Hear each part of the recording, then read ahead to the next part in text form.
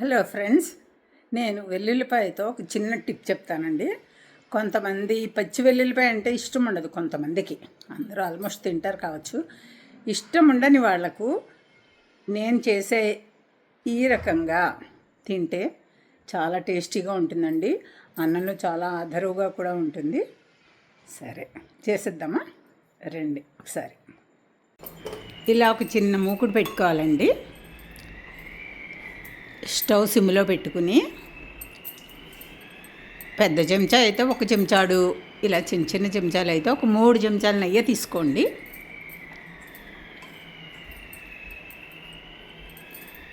నెయ్యి వేడెక్కిన తర్వాత కొద్దిగా మినప్పప్పు, జీలకర్ర ఈ రెండు కొంచెం దోరగా వేయించుకోండి.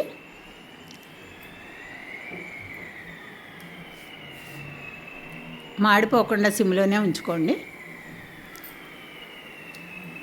ఫ్లేమ్ సిమ్లో పెట్టుకున్న తర్వాత ఇలా దోరగా వేయించుకోండి. దోరగా వేగిన తర్వాత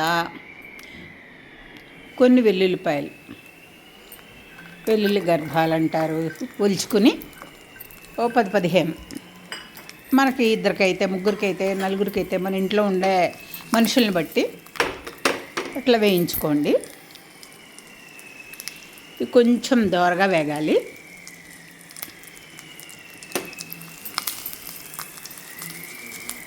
మరి మాడిపోకుండా, మరి గట్టిగా అయిపోకుండా స్మూత్గా ఉండాలి.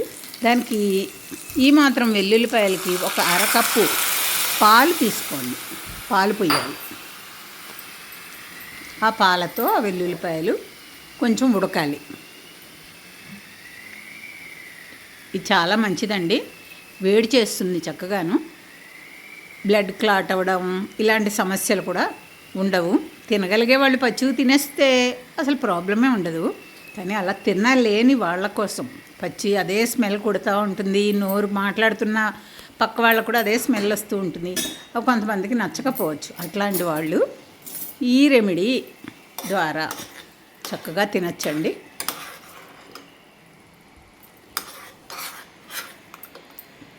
కొద్దిగా ఉడికింది అని అనిపించే స్టేజ్లో, అంటే పాలన్నీ దగ్గరికి వచ్చేయాలి. కొంచెం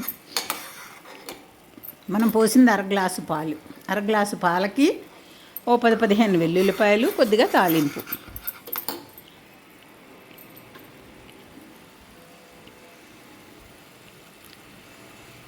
దగ్గరగా వచ్చేసి ఉడికింది అన్న స్టేజ్లో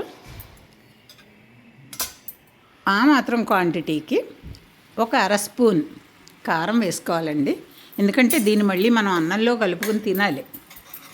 ఆ తినేందుకోసం కొంచెం ఉప్పు కారాలు కూడా తగిలితే చాలా బాగుంటుంది.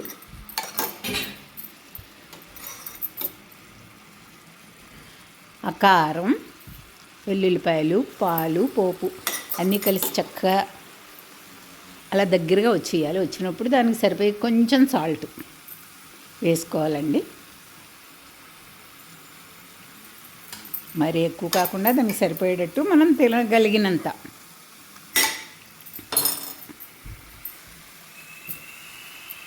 ఇట్లా చక్కగా దగ్గరకు వచ్చేసిన తర్వాత గుజ్జు అలా గుజ్జుగా ఫామ్ అవుతుంది.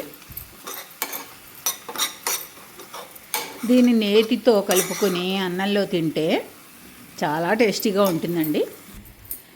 ఇలా కొద్దిగా అన్నం తీసుకొని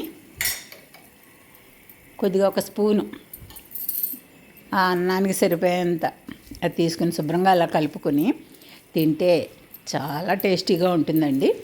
మీరు కూడా ట్రై చేస్తారా? మీరు ఎప్పుడైనా చేసారా ఇదివరకు?